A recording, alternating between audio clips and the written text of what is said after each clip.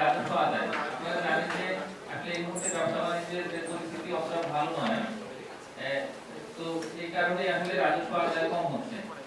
আর প্রবৃদ্ধিও কম, এবং যে সমস্ত প্রভাবগুলো এসছে বিভিন্ন আন্তর্জাতিক সংস্থার দিক থেকে, তো সেখানে দেখা যাচ্ছে যে আসলে আমাদের এই যে চলতি অর্থ বছর শেষ হওয়ার প্রবৃদ্ধি দাঁড়াবে 7% কম, এবং এটা আসলে অনেক বছর পরে, তো যার ফলে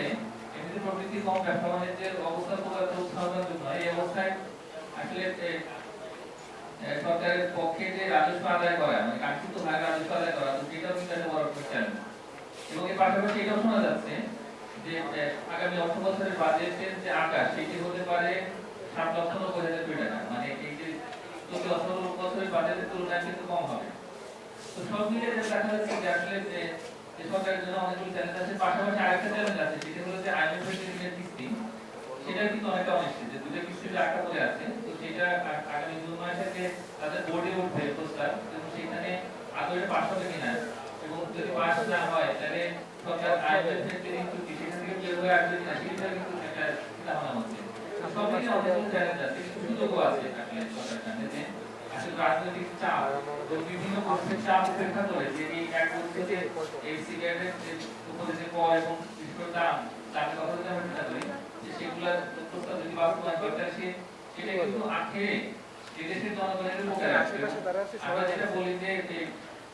যখন এই ধূমপান বা তামাক যে ব্যবহার,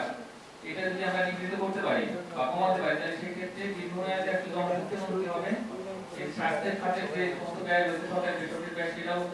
কমবে, এবং একটা সুস্থ জাতি কিন্তু আমরা পাবো। বিশেষ করে এই মুহূর্তে যে তরুণ সম্প্রদায়, যাদের অনেক আগ্রহ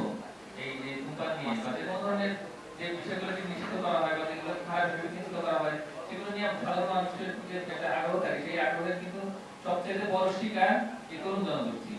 বা যারা কিশোর। তো তাদেরকে যদি আমরা নিয়ন্ত্রিত করতে পারি, এটা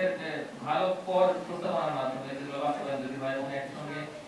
তাদের কথা যদি আমরা একটু চিন্তা করতে পারি, যে প্রস্তাবগুলো ভাই এখন এইসব ছবি দিলে হয়, তাহলে বক্তব্য নেওয়া যায়। এটা মনে করি যে এটা বাংলাদেশের যে জনস্বাস্থ্য, তো সেটার উপরে একটা ইতিবাচক প্রভাব পড়বে, এবং একই সঙ্গে সরকার এবং বেসরকারি যে স্বাস্থ্য ব্যয় সেটা কমে আসবে। তো এই কথা বলে আমি তিনটি বিষয়ে আলোচনা করতে চাই। এক হলো যে ইতিমধ্যে আমরা দেখলাম প্রথমবার থেকে যে সরকার যতটুকু সম্ভাবনা ছিল তার কাছে